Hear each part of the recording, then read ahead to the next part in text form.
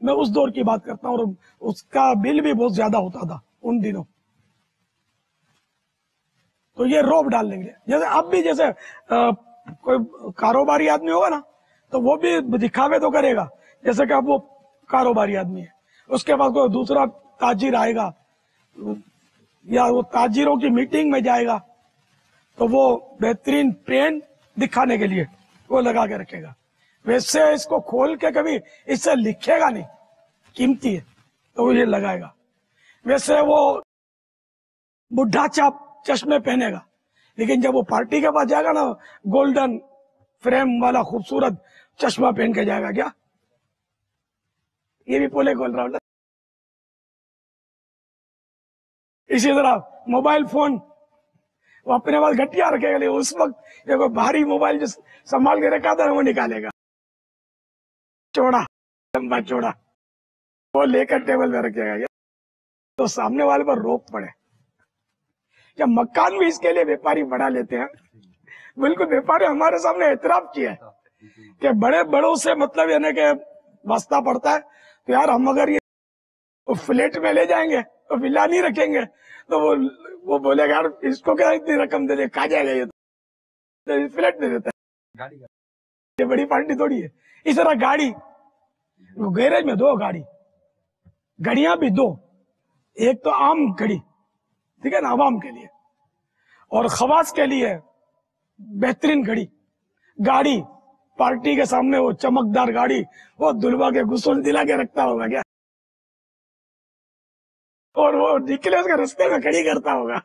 تھوڑا بولے یار جگہ دو، پتا چلے گا محبت اللہ کے پاس اتنی بالکل نیو ماڈل کی، اب پلیٹ بھی بدلوا لیتے ہوں گے، نیو ماڈل کی بھروسہ نہیں ہے، لگا دیتے ہوں گے کہ یہ بالکل نیو مطلب نیو ماڈل کی گھڑی، یہ کار اس کے پاس ہے، گاڑی ہے، یہ اس کو امپریشن ڈال کے اس کو مطلب اس میں اتار دے گا. میں اس وقت سیدنا امام جعفر صادق رضی اللہ تعالیٰ عنہ کے قدموں میں کچھ پہنچ رہا تھا کیا کہ انہوں نے عمدہ لباس زیب تن کیا ہوا تھا. تو سرکار صلی اللہ تعالی علیہ وآلہ وسلم سے بھی لوگوں سے ملنے کے لیے وفود جب حاضر ہوتے تھے تو عمدہ لباس یعنی کہ اچھا لباس عمدہ، سرکار کی تو کون سی شے غیر عمدہ ہے؟ ہم جتنا بھی عمدہ پہنے وہ گھٹیا ہے، اور میرے آقا کا تو گھٹیا کا تصور ہی نہیں ہے نا، عمدہ ہی عمدہ ہے. تو وہ خصوصی جوڑا زیب تن فرماتے تھے. تو سیدنا امام جعفر صادق رضی اللہ تعالیٰ عنہ نے کوئی عمدہ جوڑا وہ زیب تن کیا تھا کسی مصلحت کے تحت. تو کسی نے عرض کی کہ یا ابن رسول اللہ، اے سید زادے، آج تو بھائی بڑا خوبصورت اور بہت یعنی کہ قیمتی جوڑا آپ نے پہنا ہے، اچھا لباس پہنا ہے آپ نے. تو آپ نے اس کا ہاتھ پکڑا، کپڑوں کے اندر اس کا ہاتھ ڈالا تو اندر کھردرا تھا، کھردرا لباس تھا. تو آپ نے فرمایا اوپر کے لباس کے لیے ھذا للخلق، یہ لوگوں کے لیے، عوام کے لیے، اور وہ جو تجھے دکھا ہے نا ھذا للحق، یہ اللہ کے لیے. بڑوں کی بڑی باتیں ہوتی ہیں. ہمارا تو کام ہی نمائشی ہے. ہم تو خوشبو بھی لگاتے ہیں تو اس وقت تک مزہ نہیں آتا جب تک کوئی تعریف نہ کرے کہ یار کیا خوشبو ہے کوئی. حالانکہ لوگوں کی تعریف کے لیے خوشبو لگانے والے سے امام غزالی نے روایت نقل کی ہے کہ مردار کی سرانڈ، مردار جیسی بدبو قیامت کے دن اس سے نکلے گی. اللہ کے لیے کرے، سنت سمجھ کر خوشبو لگائے. بے شک عمدہ خوشبو لگائے کہ عمدہ خوشبو سے عقل بڑھتی ہے. امام شافعی علیہ رحمت اللہ القوی فرماتے ہیں عقل بڑھتی ہے عمدہ خوشبو سے. لیکن امام غزالی فرماتے ہیں اس میں نیت یہ کرے کہ عقل بڑھے گی تو دینی مسائل سمجھنے میں اس بڑی بھی عقل سے مدد حاصل کروں گا، انہیں کہ پیسے زیادہ کھینچوں گا. ہماری تو عقل بڑھے گی تو کاروبار میں ہم ترقی کریں گے، پیسے کھینچیں. ہرس، ہماری ہرس، افسوس. تو خیر کوئی یوں خوشبو بھی لگائے گا بلکہ اسپرے کر کے جائے گا. وہ بڑی پارٹیاں آ رہی ہیں، پارٹیوں کو دکھانے کے لیے یا ان کو پھانسنے کے لیے، نماز کے لیے نہیں. حالانکہ نماز میں عمدہ لباس ہو، عمدہ خوشبو ہو، اہتمام کے ساتھ اچھی طرح امامہ بندہ ہو، اگر چادر سے وہ خشوع میں رکاوٹ نہیں اور نارمل رہتا ہے تو پھر تو چادر بھی اوڑھے، اس نیت سے کہ نماز کے لیے زینت حاصل کر رہا ہوں. کیونکہ قرآن کریم میں نا خذوا زینتکم عند کل مسجد، نماز کے لیے زینت حاصل کرو. تو یہ مستحب بات ہے کہ مستحب ہے کہ زینت حاصل کرے، جائز زینت ہے. پھر اور کوئی اس میں مانے بھی نہ ہو، وہ خلاف سنت نہ ہو زینت کہ آپ بولو میں وہ خوبصورت جو وہ جوڑا ہے نا میرا جس پہ وہ فٹ بال کے کھلاڑی کی تصویر بنی ہوئی ہے، یہ بہت قیمتی ہے، آج تو یہ پہن کے نماز پڑھوں، زینت لوں گا، تو یہ نہیں چلے گا. کوئی شرعی رکاوٹ نہ ہو، خلاف سنت نہ ہو، لباس سنتوں بھرا لباس ہو، سنتوں سے نہ ٹکراتا ہو، اور وہ اگر زینت کے طور پہ پہنے گا، وہ مباح لباس بھی ہے تو اب یہ کار ثواب اس کا بن جائے گا.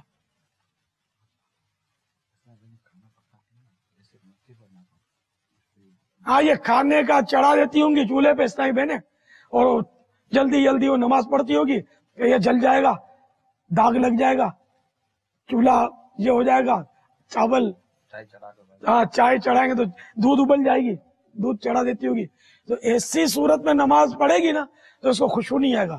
چولہا بجھا کر اور سب کام یا تو پہلے کر لے پورا، نہیں ورنہ یہ یوں ہوگا کہ ابھی مجھے یہ کرنا ہے، بچوں کے ابو آنے والے ہیں، وہ پھر دیر ہو جائے گی، تو پہلے یہ کر لے اور پھر اطمینان سے نماز پڑھے. تو کوئی بھی ایسی رکاوٹ نہ ہو کہ جو خشوع کے لیے مانے ہو. بچے ہیں، اب ان کا حل نہیں ہے، بچے ہیں وہ بیچارہ بچہ تو روئے گا. اب اگر ایسی ترکیب کر لے کہ اس وقت وہ رونے کے امکانات اگر 10 تھے تو 9 رہ جائیں، 1 2 4 جو بھی کم کر دے. دودھ نماز کے بعد پلانا تھا تو پہلے پلا دے اگر وقت ہو گیا تو، تاکہ یہ مطلب نعرے لگانے کی اس تو ضرورت ہی نہ پڑے، پہلے سے ٹھنڈا ہو جائے دودھ پی کے. باپا یہ بھی رہنمائی فرمائیں، جیسے کام کوئی کر رہے ہیں، اس کے نماز کا وقت ہو رہا ہے تو کام کر لیں پھر نماز پڑھے، کبھی مغرب ہو جاتی ہے تو کبھی عصر کے اندر وقت، تو ایسے موقعوں پر ہمیں کیا کرنا چاہیے کہ کام چھوڑیں یا نماز پہ بعد میں کام کر کر؟ بھائی انڈرسٹوڈ ہے کہ وقت کا تو خیال رکھنا ہی ہوگا. اب جیسے کہ زور کا پیشاب آیا ہوا ہے تو نماز مکروہ تحریمی ہے اس حالت میں. اگر وقت جا رہا ہے کہ اگر استنجا کرے گا، وضو کرے گا تو وقت چلا جائے گا نماز کا، تو اب تو کمپلسری ہے کہ نماز پڑھے. بھلے زور کا پیشاب آیا، نماز پڑھے، بعد میں اس کو اعادہ کر لے، واجب ہے کہ اس کا اعادہ بعد میں کر لے، لیکن نماز پڑھے گا، قضا کرنے کی اجازت نہیں ہے. تو اس لیے وہ خشوع جو مستحب ہے اس کے لیے کوئی یہ تھوڑی اجازت دی جائے گی، بلکہ جماعت بھی نہیں جانی چاہیے کہ میں تھوڑا یہ کام کر لوں فلاں، نہیں تو یاد آتا رہے گا میں جماعت سے نماز نہیں پڑھوں گا، بعد میں بغیر جماعت کے پڑھوں گا. اور حالانکہ جماعت تیار ہے تو اب تو جماعت سے نماز پڑھے. پاپا یہ بھی ارشاد فرما دیں کہ جس طرح یہ حالت تھی استنجا کی، بہت تیز حاجت تھی اس کو پیشاب کی، اور پھر اس نے اس حال میں وقت جا رہا تھا نماز پڑھ کے اس کا اعادہ کر لیا. اب کھانا تیار ہے اور بھوک شدید ہے، تو اگر وہ کھانا نہیں کھاتا تو نماز کے اندر جو ہے مسلسل اسی کا اس کو خیال آئے گا، تو اب وہ کیا جماعت کے لیے چلا جائے یا پہلے کھانا کھائے؟ یہ بہت میٹھا میٹھا مسئلہ ہے الحمدللہ کہ اس میں جماعت سے نماز نہ پڑھے، مکروہ تحریم ہو جائے گی. کھانا تیار ہو، کھانا تیار نہیں ہے اور بھوک لگی ہے تو اور بات ہے، روزے میں بھی بھوک لگتی ہے، تو کھانا تیار ہے، کوئی رکاوٹ نہیں ہے، اپنے پاس کھانا موجود ہے. تو اس لیے اگر جماعت اگرچہ جا رہی ہو وہ کھانا کھا لے، چاہے جماعت نکل جائے. اچھا اس میں نا حافظ صاحب بعض لوگ اس کو کھانے کی فضیلت میں لیتے ہیں، اگر تھوڑا سا غور کرے تو اس میں بھی نماز کی اہمیت کا بیان ہے. بالکل، امام اعظم لذت کے لیے تھوڑی ہے یہ کھانے کی نماز، اور اتنا کھا لے کہ اگر جماعت بچ سکتی ہے تو بچانا چاہیے اس کو، کہ تھوڑا کھا لیا، بھوک مٹ گئی اس کی، اور اب کوئی نماز میں تشویش نہیں ہوگی